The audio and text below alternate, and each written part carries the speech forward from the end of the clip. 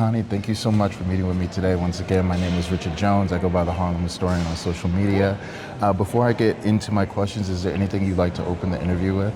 No, except thank you. I mean, we're so excited and thrilled that the Studio Museum in Harlem is finally opening up again in our neighborhood and in community. Awesome. As a lifelong Harlem resident, I really am happy too. I haven't been to the museum since I was a child, and so being able to come back as an adult and as a professional, really meaningful to me. Well, yes, please do come.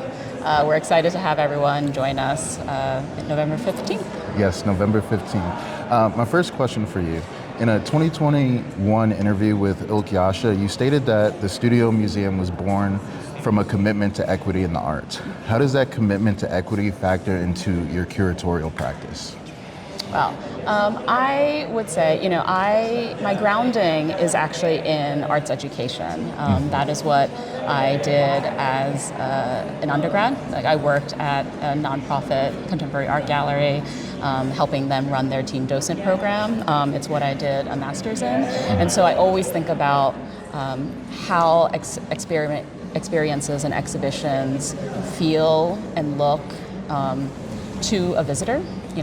How what we're doing is about educating, right? Curatorial practice is about educating. It's about thinking about diverse audiences, everyone from, the Harlem historian, right? The people who know our community, who know the history of the institution, to newcomers. And so this institution has always been grounded in thinking about what Black artistic practice means across generations, but also for living artists in particular, right? So what does it mean to advance equity in the arts for artists who are living in this particular moment, right? Providing them all different kinds of avenues of support, providing emerging professionals that opportunity.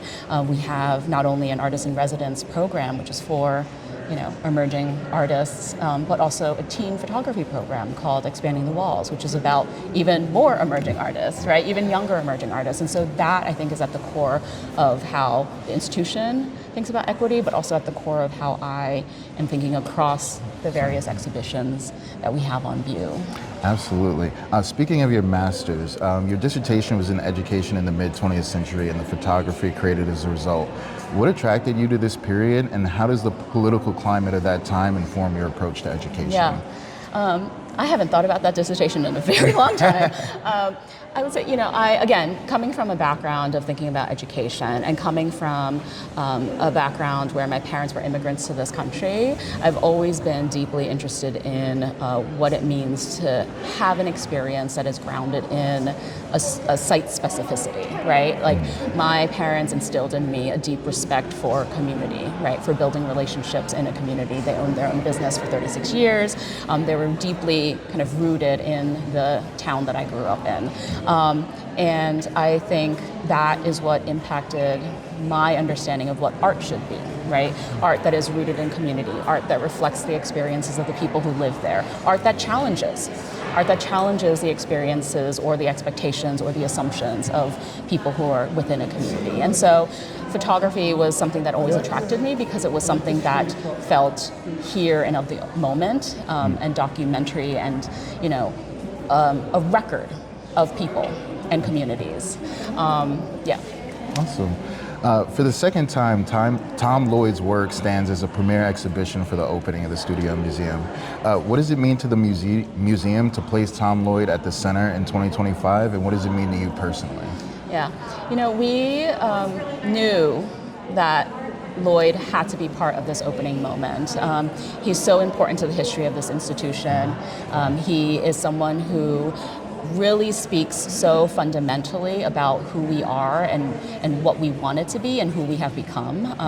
He is an artist who is working in an experimental manner, in a manner that was so radical and ahead of his time, that still feels ahead of its time, right? When you walk into the space, a lot of people have been saying that it feels like space age, it feels like you've been transported into like another realm, and that is what he was doing, right? He was creating opportunities for artwork to live beyond the bounds of what people expected Black art to be in the 1960s, right? And so to open in 2025 with that is a statement of who we have always been, right? We have always been an institution. Excuse me, guys, you get in front of the camera, please. We've always been an institution that is rooted in experimental practices, supporting the work of living artists, and to display that so beautifully in this brand new building with Lloyd's work is a celebration of our institutional history and a celebration of the possibilities of what work can and should be. Amazing. I have 3 more questions if you have the time. How does the call and response relation between curator and the artist's work shape the way that the curatorial team interprets art for its audience? Yeah, this is the call and response. I think is going to be a fun part of this inaugural year, right? It is one that we have not been able to plan out fully because it is a response to what is on view in any given moment. And given the fact that we plan on rotating pretty frequently, the fast-paced way in which this will unfold, I think will be a beautiful understanding of our institution and the folks who work here, and be a way to collaborate in a very different way, right? We are cycling through all the different themes together and separately, right? Responding to someone else's selections or what is on view in any given moment. And so that aspect of call and response, I think, allows not just the visitors to discover something anew if they're coming to visit us multiple times over the course of the inaugural year, but allows us as the curatorial team to discover anew, right? There are so many works in our collection that maybe haven't been on view yet, or have recently been acquired, or were never digitized. We've never had a photograph of them to understand what the work was. But now, after having been able to spend time with the collection, it's opening up all avenues of possibilities and what we can show to our audiences. Amazing, thank you. So speaking of the collection, and I think we touched a little bit on the archival focus, with over 9,000 items in the collection, how does the archive and the idea of the museum as a collecting institution impact your narrative capabilities? Yeah, I mean, the possibilities, I think, are enormous, and I think that's also how we ended up with an exhibition and a full building installation that celebrates the breadth not only of the collection, but also of our institutional history, right? That timeline, to be a placed installation on the 6th floor is one that I think and I hope visitors will feel kind of enveloped by, right? The history of this institution. Again, similar to our deep dive into the collection, this moment has afforded us the opportunity to do a deep dive into our own institutional history in a way that I personally haven't been able to do before, and so many people haven't had the opportunity to do before. And so a lot of that will be more and more unearthed over time. We will see items from our archives appearing in more exhibitions. There are archival materials. Excuse me. Thank you. There are archival materials from our own institutional archives in Tom Lloyd that have not ever been on view before. There are materials within the collection, and again, the archives that we are discovering for ourselves, and that will be celebrated soon. We're coming out with a book on the institution's history next year. Awesome, thank you. And my last question for you today, dialogue and conversation around what constitutes Black art have long been qualities of the Studio Museum's mission. How do you feel this conversation has changed in the 21st century, and how do you see the museum furthering this conversation? Sure. I mean, I don't know if you've noticed yet and how much you've gotten to, see the works on view, but we have works on view that are by artists who are not of African descent, but they are works that are influenced and inspired by Black culture, and that is a part of our mission. It was, added to our institutional mission about 20 years ago to think about the expansiveness of Blackness, right? And think about how Black culture has permeated, right?